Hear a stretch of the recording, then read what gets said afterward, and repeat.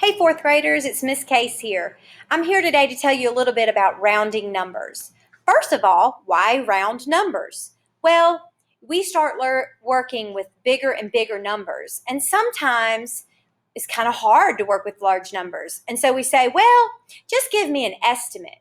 If you're giving someone an estimated answer, then you've rounded and you've got them an answer that's approximately or close to. So behind me I have a poster and it has the number 1,327. So if I need to round this number to make it easier to work with, first I'm going to decide which place I'm going to round it to. Am I rounding to the tens, the hundreds, or the thousands? Once that's been determined, you're going to underline that place. So let's start with the thousands. This is the 1 and it's in the thousands place. I'm going to round to the nearest thousands, so I underline the thousands. Step 2 says, circle the number to the right of where you just were. So to the right of the 1 is a 3 in the hundreds. So I'm going to circle that number. And I like to tell students, whoever gets circled is the boss. It gets to decide what that number does. And so that 3 is going to tell that 1 to either stay a 1 or go up to a 2. So how does the 3 determine whether the 1 stays a 1 or goes up to a 2? Thank you for asking. There's a rule in math. If you're a 0, 1, 2, 3, or 4, then you tell that number to stay the same. But if you're a 5, 6, 7, 8, or 9, you tell that number to go up. So we're looking at a 3 right here. Well, a 3 is in between a 0, 1, 2, 3, and 4. So it's going to say, number 1, you stay the way you are. So the 1 would stay the same, and everything behind it's going to round to zeros. What that tells me is the number 1,327 is closer to 1,000 than it is to 2,000. Now, what if the question was, let's round this number to the nearest hundreds? Okay, the same steps we're going to do.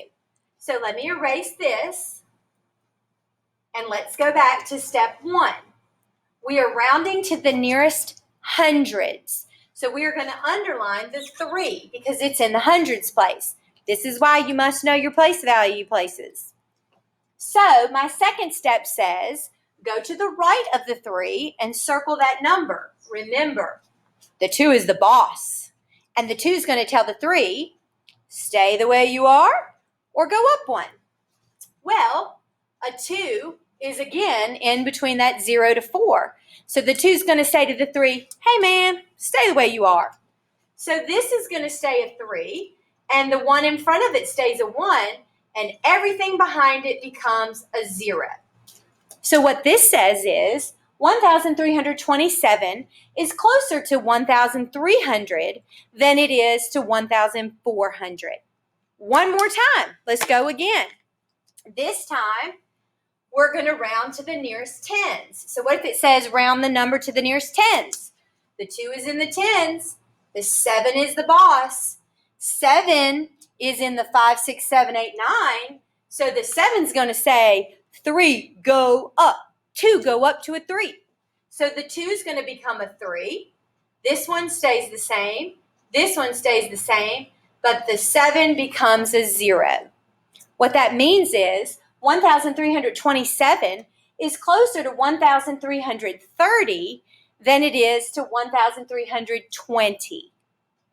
It's almost to 1,330. So that's why we rounded that way. Here's a little picture, and it's also on a video that we put on Google Classroom this week for you. It shows you that if it's a car on the video, but if the car is trying to get up the hill and the boss is just a 1, 2, 3, or 4, it can't make it up the hill. Got to go back down. So you keep that number the way it was. If the car is a 5, 6, 7, 8, or 9, it got over the hill, pulling that number up to the next number. Good luck rounding. Remember, 0 to 4, stay the same. 5 to 9, raise it up.